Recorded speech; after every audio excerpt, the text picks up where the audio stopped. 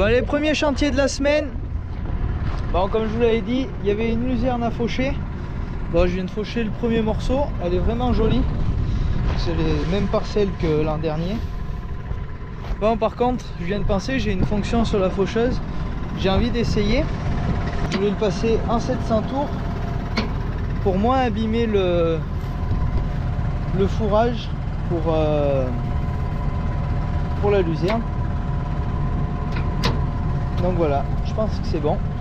Donc il y a juste une manette à tourner et c'est parti. Donc elle est vraiment jolie. En plus elle est montée en fleurs. Donc là ce qu'on va essayer de faire c'est de la sécher. Mais on va quand même la rubaner, même si ça coûte un petit peu cher, comme vous êtes certains de l'avoir dit dans la dernière vidéo, pour faire du sec. Mais on n'a pas bien le choix parce que à force de ramasser du fourrage, on n'aura pas de place pour mettre la paille dedans. Et mettre de la paille en meule et tout, ça s'abîme, c'est pas le top du top. Voilà, on préfère faire comme ça va pas mal.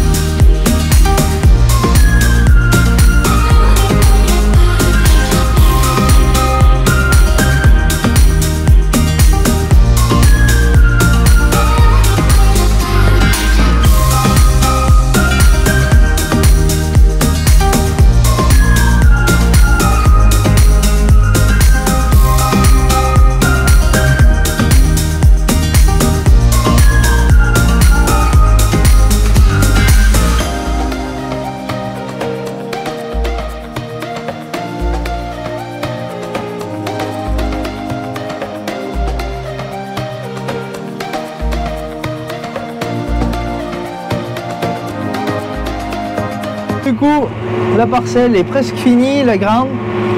Donc, je l'ai pas fait voir, mais il m'a fallu que le grand-père du collègue là, qui me file la luzerne, il m'amène des clés BTR. Parce que pour changer la vitesse du conditionneur, il fallait une petite clé et j'avais pas prévu ça. Donc, on voit la différence entre les andins de devant et celles de derrière. L'andin de derrière, il fait conditionner, mais il fait pas, ça fait pas le même rendu, je trouve. Ça fait mieux volumineux et je pense que ça abîme moins les feuilles, ça tombe moins les feuilles. Et je pense que c'est mieux pour préserver les feuilles sur la luzerne. Donc on ne sait pas trop quand est-ce qu'on va le ramasser, ça va surtout dépendre de la météo et de la chaleur qu'il fait. Jusqu'à fin de semaine, il y a un risque d'orage jeudi, donc on verra bien. Et de toute façon, vu qu'on l'enrubane, même si c'est pas sec à 90% de matière sèche, ça passe quoi. Bon, et par contre là de nouveau j'apprécie ma reprog sur le 810. Vous avez pu voir aux images au drone, ça file quand même pas mal pour faucher. J'avance à 12, même que le champ fasse une petite montée. Bon, c'est pas le mur des Suisses, hein. Mais ouais, le tracteur, on sent que ça y a fait du bien quand même, hein. Et j'avais pas fauché dans beaucoup d'herbes depuis qu'on l'avait reprogrammé. Et c'est vrai que là, la luzerne, elle est jolie et tout, et il y a du volume. Et ça aide bien le tracteur quand même. Donc là, ce qu'on ramasse, on ne sait pas trop à qui on va le donner encore. On ne sait pas si c'est pour les laitières, si ça sera pour les génisses. Donc dans tous les cas, on maximise la qualité. Donc on va essayer, je vais voir si des fois on pouvait le ramasser dans le frais quoi, quand ça sera sec, si on pouvait faire ça le soir ou en dîner un matin de bonne heure et par exemple round balai le soir, que ça se fasse à la fraîche, histoire que on garde un maximum de feuilles une fois de plus. Et là, condition idéale pour attaquer le préfanage, il y a du soleil, il y a pas mal de vent, donc je pense que ça devrait bien se mener quoi. Donc le but c'est de ne pas y passer 4 coups de pirouette aussi. Et là, comme vous l'avez compris aussi, on va le ramasser à l'endaineur à tapis, toujours dans le but de préserver le fourrage, de ne pas matraquer l'herbe. Et puis voilà. Bon, sinon les faucheuses, j'en suis super content, là, même dans la luzerne, ça fauche super bien. Bon, vous allez me dire, la luzerne c'est facile à faucher. Bon, et là encore ce matin j'ai vu quelque chose de très pratique et que j'apprécie avec le matériel, c'est quand tu passes pas de temps à atteler le matériel. Les faucheuses elles sont très vite attelées, très vite dételées. Et j'en profite pour faire une remarque. L'autre jour j'ai vu, il y en a un commentaire qui m'a dit que c'était n'importe quoi de garer les faucheuses dans le couloir d'alimentation. On est un petit peu maniaque. Donc le but c'est pas non plus de laisser des outils à plus de 50 000 € dehors toute l'année. Donc on aime bien que ça soit dedans, que ça soit rangé. Certes ça nous bouffe une travée au fond du couloir d'alimentation. De toute façon il y a assez de place au cornadi comme je vous l'avais dit. Et il n'y a pas d'autre place dans les hangars pour le matériel. Parce que déjà c'est trop haut et il faut quand même pas mal de place pour le dételer. Donc c'est dans le couloir que ça s'y prête le mieux et pour le moment je trouve que ça va très bien.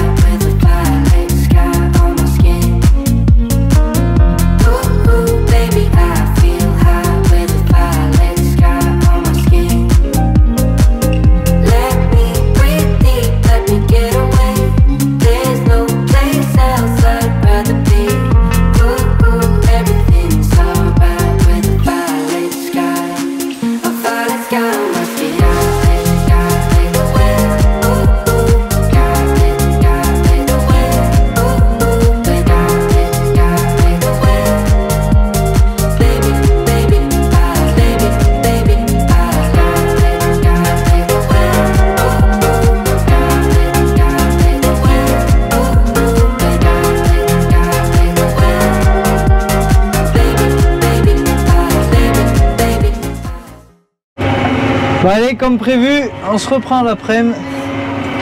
Le petit frère d'Alicia qui est avec moi, qui est venu faire son petit tour de tracteur comme chaque année. Donc comme prévu, à l'endaineur à tapis, on tourne la paille de colza. Vous voyez, il n'y a pas des gros andins. Et en plus que la pluie était tombée, ça a fini de tasser les andins. Et ce qui est dessous, ça permet d'enlever de la zone humide et ça permet de bien relever ce qu'il y a dessous. Et là, en pas longtemps, j'aurai endainé une petite dizaine d'hectares en 2h30 à peu près. Donc ça va me gagner beaucoup de temps pour venir botteler. Et ça a permis de refaire les andins bien comme il faut. Et ça prendra bien un plein pick-up et ça devrait faire des jolies bottes normalement. Donc l'endaineur là, ça va super bien pour faire ça. Ça ramasse pas de pierre, comme ça il n'y a pas de pierre dans la paille ensuite. Et puis il y a du débit de chantier quoi. Hein. Là, je suis en train de me réconcilier avec pour certaines tâches. Donc comme pour faire ça, c'est super bien adapté quoi. Alors je disais, ça a l'avantage de l'endaineur adapide, elle est super vite, on ramasse pas de pierre.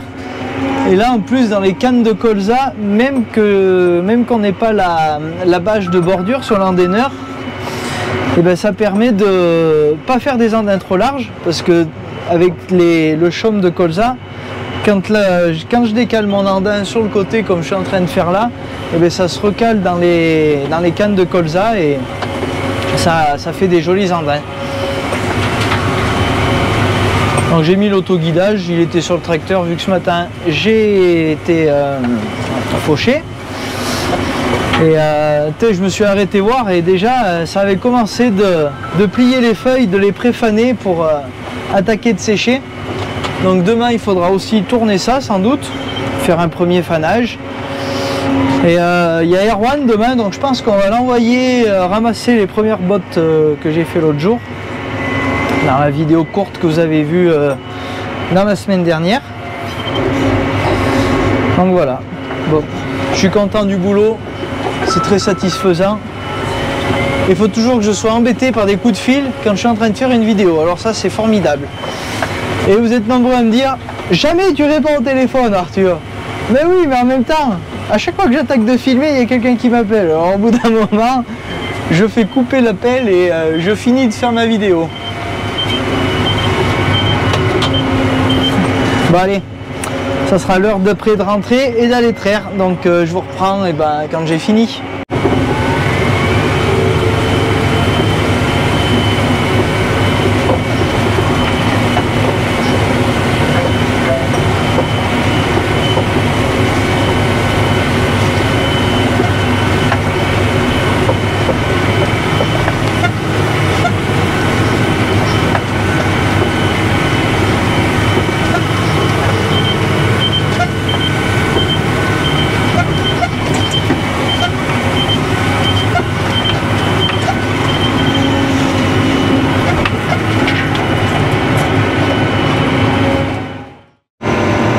Bon allez, du coup on se reprend au pressage du colza le lendemain.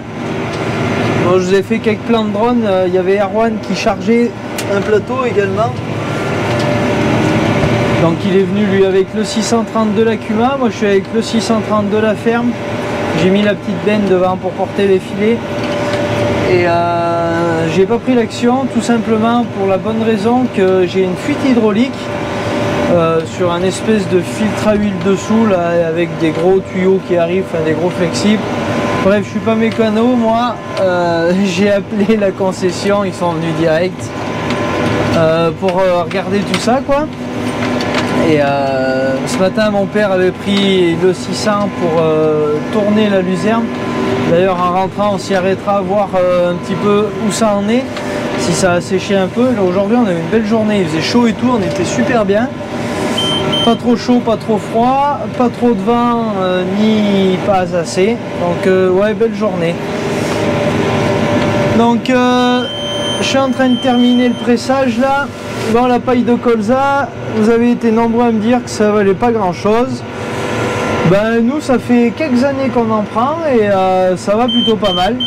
Une fois que c'est passé dans la pailleuse, ça fait pas un joli paillage comme de la paille, mais les vaches se tiennent super propres sur les aires paillées.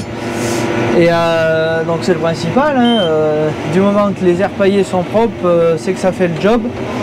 Ça fait du fumier sec en air paillé. Et ouais, moi je trouve que ça absorbe plutôt bien. Donc en plus j'ai mis 3 couteaux sur le roundballer. Bon, c'était histoire d'essayer. voir si ça cassait les plus grosses tiges, sans trop casser les particules, les petits brins, sans plus les casser quoi. Et surtout casser les grosses tiges, les grosses barres, qui n'avaient pas beaucoup d'efficacité lors du paillage.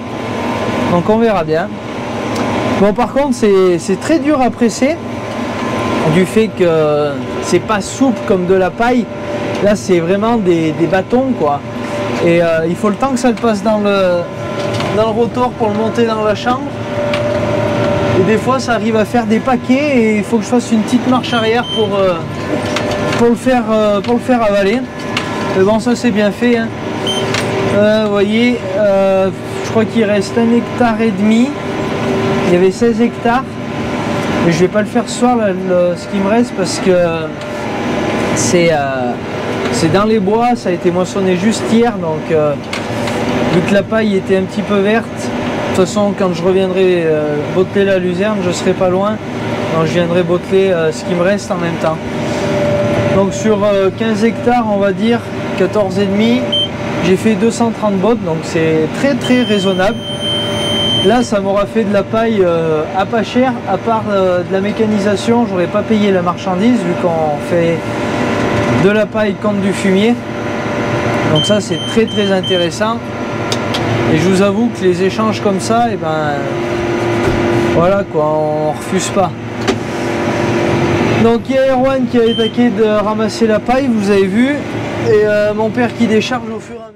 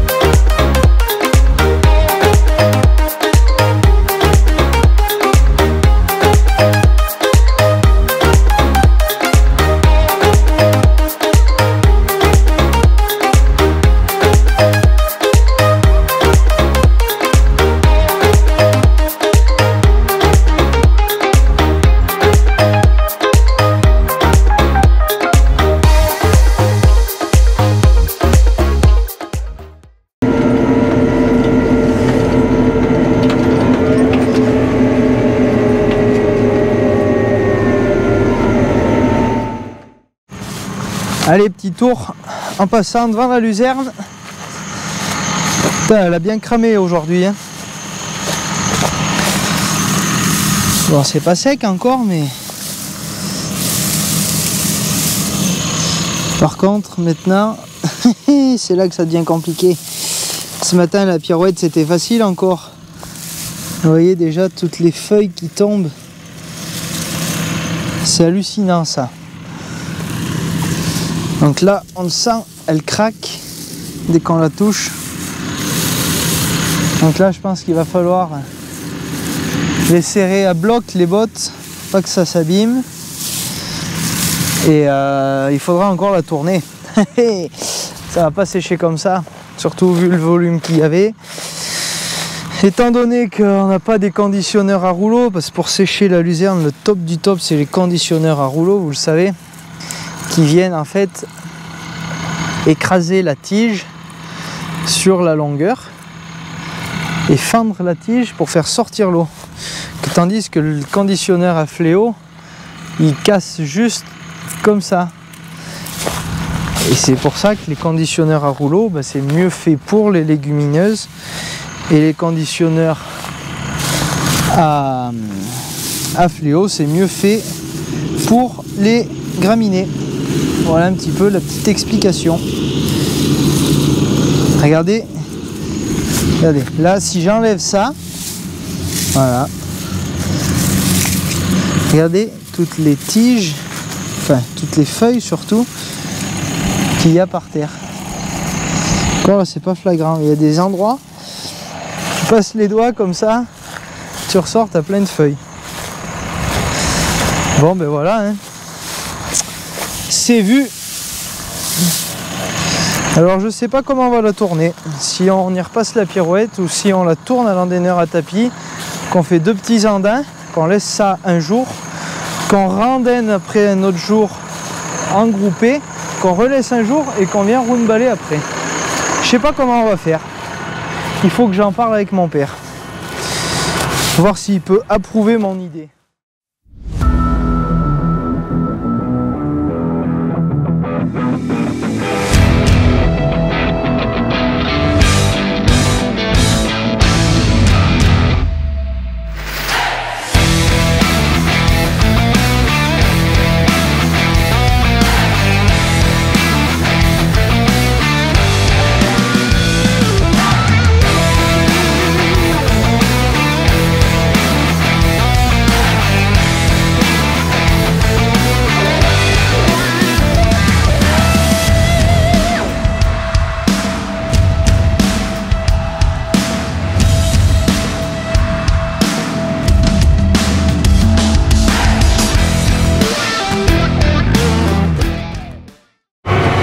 Allez, on entame une nouvelle journée. Là, il est 6h moins quart.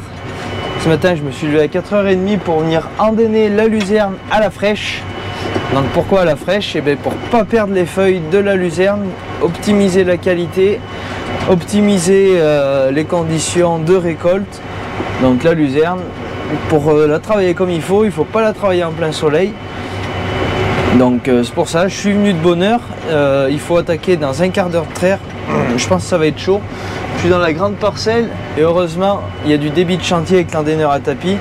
Là j'avance à 15 km/h, la parcelle c'est un billard et l'endaineur il débite super bien au tapis. Il n'y a pas de bourrage, il n'y a pas trop de paquets, donc ça va pas mal. Donc vu que c'est pas l'endainage définitif, je fais 2 andins avec l'endaineur. Et du coup ça permet de faire un brassage du fourrage, de faire des petits andins. Donc je dis des petits andins, vous verrez peut-être pas trop vu qu'il fait encore nuit, et ils font très volumineux. Ça c'est un petit peu la particularité de l'endaineur à tapis, c'est de faire des andins volumineux vu que le fourrage n'est pas serré comme avec un endaineur à rotor.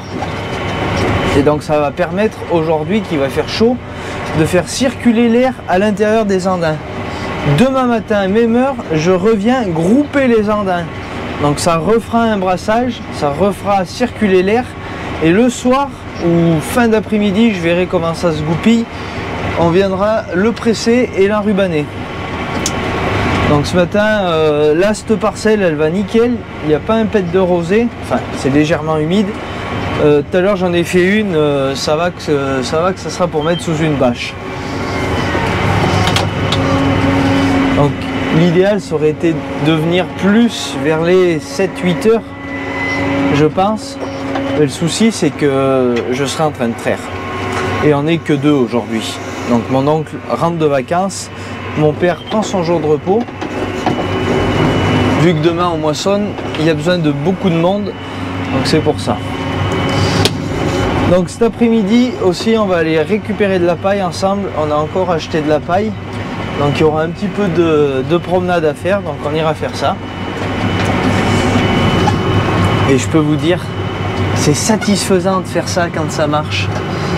C'est trop génial. Et quand ça marche bien sûr. Elle est magnifique la luzerne. On voit que l'autre jour quand je me suis arrêté là, il faisait chaud et tout, c'était en plein soleil. On voyait que les feuilles, elles craquaient. Et là, le fait qu'on soit à la fraîche, ça fait pas du tout le même effet. On voit que les feuilles sont collées et vu qu'elles sont un petit peu humides, elles cassent pas. Donc c'est vraiment tout l'objectif que je cherche ce matin, c'est de pas abîmer mes feuilles. Et l'endaineur à tapis, mais c'est vraiment le top du top pour faire ça quoi.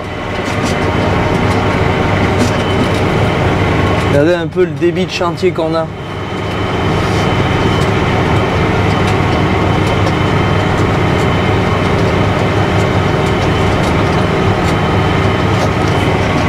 Et derrière, mais ça en laisse pas un brin.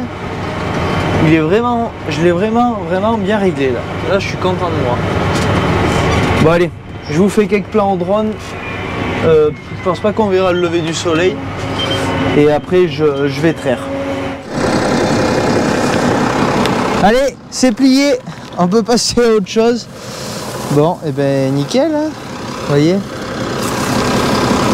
Ouais, on va essayer de trouver un endroit où vous voyez mieux. Là, ça doit être pas mal. Bon, vous voyez, on a toutes nos feuilles. C'est du bon boulot là. Là, ça me plaît quand ça se passe comme ça. Vous voyez, les andins, ils sont pas du tout tassés. C'est pas plaqué au sol. Alors, du bon boulot là. Allez, je suis sur la route là, comme prévu. Je pars à la paille. Ça arrête pas. Bon, Erwan, il m'a laissé le droit de prendre le 630 avec la fourche. Bon, j'avais envie de vous dire heureusement. Et donc là, j'ai pesé le plateau à vide. Je suis passé chez notre marchand d'aliments, chez Eurocoproduits. Ils ont un pont bascule pour peser les semis. Donc très pratique pour eux pour travailler. Et bien pratique, comme là, pour faire du transport. Quand on veut savoir exactement le poids de la marchandise qu'on trimballe, on pèse un coup à vide et on va repeser un coup à plein. Ils nous sortent le ticket, comme ça c'est carré, il n'y a pas de souci quoi. Il n'y a pas de souci avec le client. Donc il y a mon oncle aussi qui va descendre et l'objectif c'est de faire 3 chars, sachant qu'on est quand même beaucoup plus loin que ce qu'on a fait hier avec Erwan. Il faut bien sangler les chars et tout comme il faut parce que on est sur des grands axes routiers. Il montait entre 150 et 130 bottes, je sais pas trop, il savait pas trop ce qu'il avait de dispo. Il a l'air d'en avoir pas mal à vendre, donc on va voir. Donc je vais charger. Bon, je suis pas stressé parce que je suis jamais stressé moi dans la vie. Et je vais voir ce que ça donne le 630. J'ai jamais fait de chargeur avec. Donc on va bien voir. Donc là j'arrive bientôt. Et donc on arrive à Bince. C'est pas souvent venu si loin en tracteur. Mais bon. Il faut de la paille, avec l'agrandissement il va nous en falloir beaucoup plus. Fin d'arriver, donc allez, je vais retrouver Jean-Paul et je vais voir la parcelle et j'attaque de charger direct. Allez, gaz. Tough luck, babe. Struck out when you had about 30 chances. One bad day, now you don't know how to pay for the damage. I don't wanna climb. If I'm gonna fall back, it's a waste of time. Keep winning. How the hell do you make it look so easy? I'm spinning, and I can't seem to get back on my feet. Yeah, I might give up, 'cause I'm falling down now. Won't be good enough. I miss it. Those days when nothing ever really mattered. So willing to give it all deep into you might just shatter now. You're scared of time. Gotta beat the clock now. It's all up to pride. Tough luck, babe. Struck out when you had about 30. Allez, premier petit plateau chargé. Bon, j'en ai 42. Mon oncle est sur la route. Je vais sangler. Je suis content, elles sont vraiment bien rentrées, bien casées et bien croisées, donc c'est nickel. Donc allez, je vais mettre une sangle sur la longueur et je vais en mettre 2 ou 3 en travers. Je vais voir ce que j'ai. Bon, et au fait, j'ai remis la chaîne qui tient la ridelle. Bon, je préfère, c'est quand même un petit peu plus sécurisant. Si quelque chose vient à péter, ben, il y a la chaîne pour soutenir et soulager le poids sur la ridelle. Bon, et ben allez, il n'y a qu'à sangler. Je suis content de moi. Premier plateau de la saison, plutôt bien chargé. Et l'Arion, il va super bien. Je peux vous dire que ça dépote. Hein. Et puis, c'est confortable et le champ, il se met plat, c'est agréable. Allez, zou. You had about 30 chances.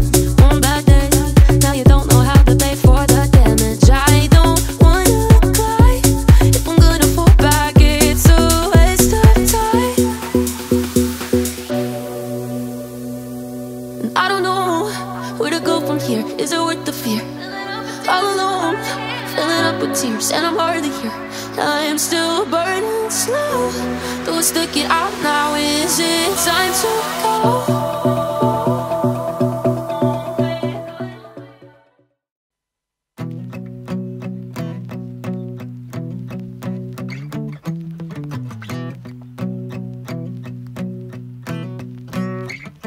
When I was young, my daddy said, gotta keep one eye open in your bed, 'cause there's a time coming when the devil gonna come for you. So my trigger finger, stay prepared. I've got my weapon and I got my prayers, 'cause if you don't run this town, they'll walk all over you. Run out loud, gotta run on. Keep on running till the sun goes down. Run out loud, better run on. Run all day till you can't be found. Run out loud, gotta run on. Keep on running till the sun goes down. You can outrun the devil, but you ain't gonna outrun me. You ain't gonna outrun me. You ain't gonna, you ain't gonna outrun me.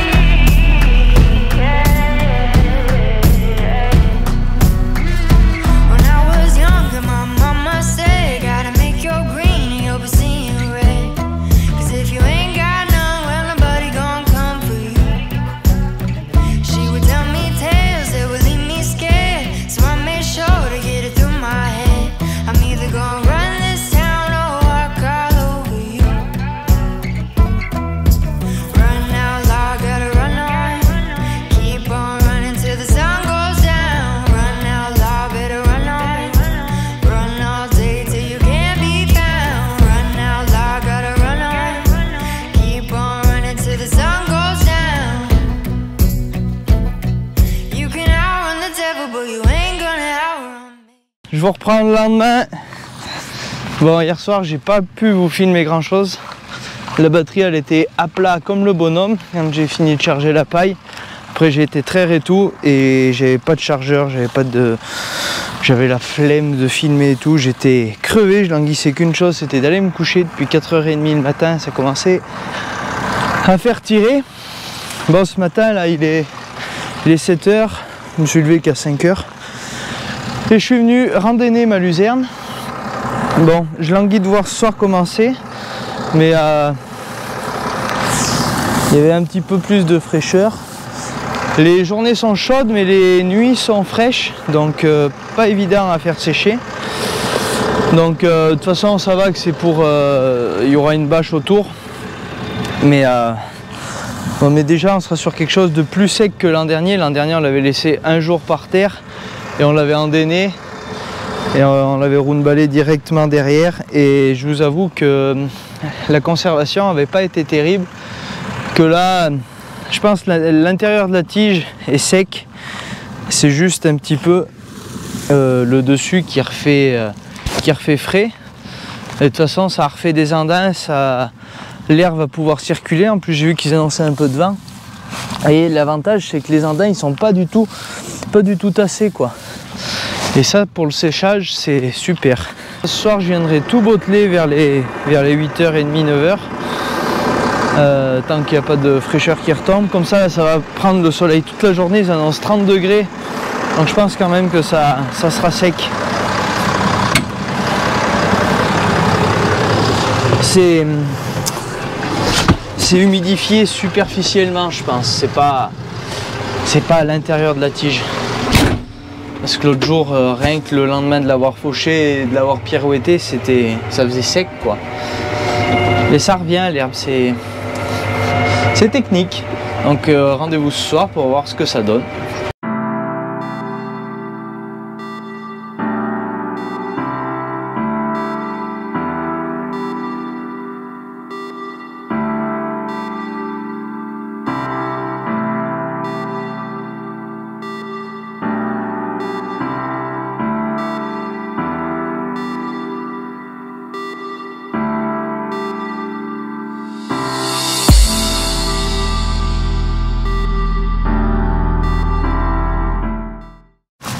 Bon, j'ai été tourner ma paille de colza, enfin.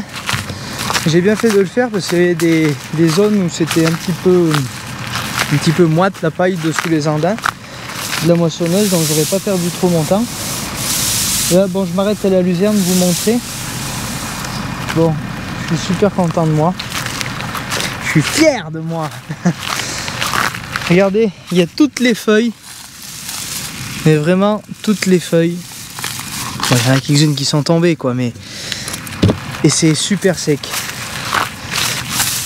Et même sous l'andin, t'as là du bon boulot. Donc on viendra faire ça ce soir. Enfin, je viendrai presser ça ce soir. Mon père il viendra l'enrubanner demain matin lui.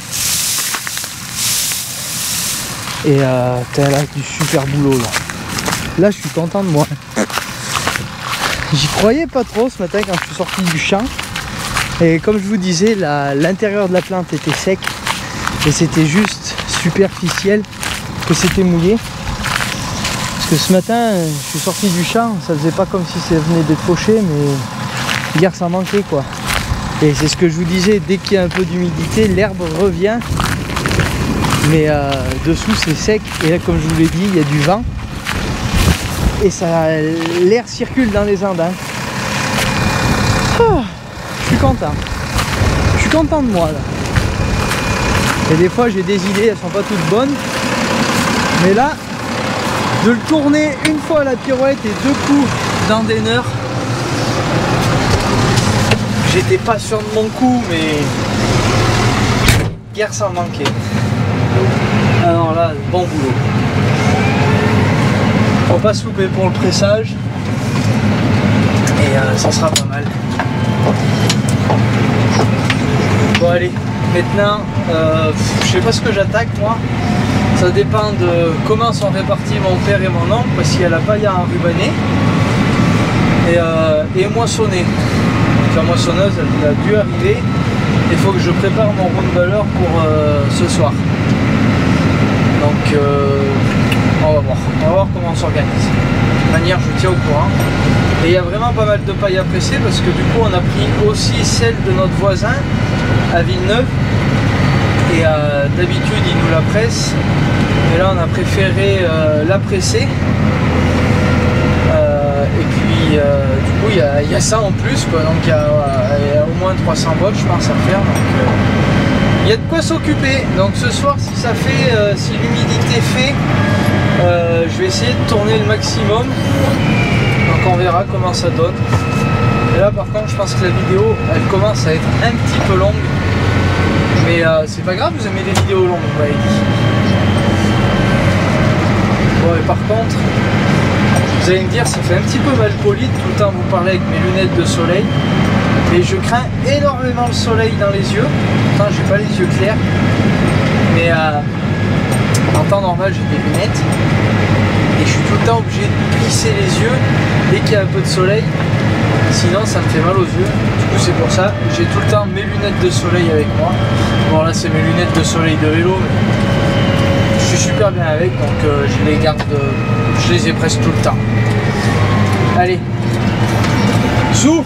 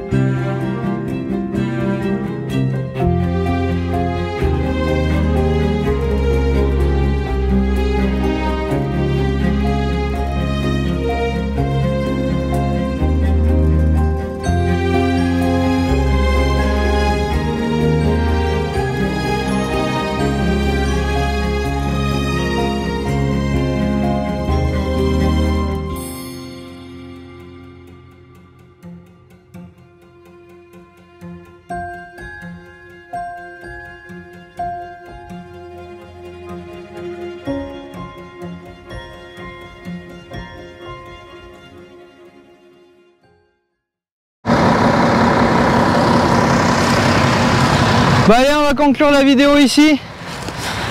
Comme vous le voyez, on vient de rattaquer les moissons dans les triticales. Et comme vous le voyez, il y a vraiment de la paille. Ça fait plaisir à voir. C'est agréable de presser quand il y a beaucoup de paille. Donc ce matin, on va commencer par hier soir. Vous attendez tous avec impatience le résultat de la luzerne. Donc j'ai bottelé, c'était à 15-17 d'humidité au capteur que j'ai en cabine, enfin que j'ai avec ma sonde. Donc 15-17 d'humidité. Ça a fait 57 bottes, il y avait 4 hectares et quelques. Donc plutôt correct. Le colza, il y a eu 32 bottes, il y avait un peu mieux d'1,5 hectare. Et là hier j'ai attaqué de presser, donc hier soir après j'ai pressé jusqu'à 1 h du matin. Donc j'ai attaqué la paille chez notre voisin à Villeneuve. J'en ai fait une parcelle, j'ai fait 126 bottes. J'ai fait une parcelle chez nous de d'1,5 hectare. J'ai fait 48 bottes en 130. Et donc là, vous voyez, je viens d'armer la bête. J'ai mis tous les couteaux du Rotocut pour couper la paille, pour faire les logettes. Là, la paille, elle est bien sèche, bien cassante. On est en plein soleil, donc ça va être optimal pour casser de la paille et pour la couper, bien comme il faut.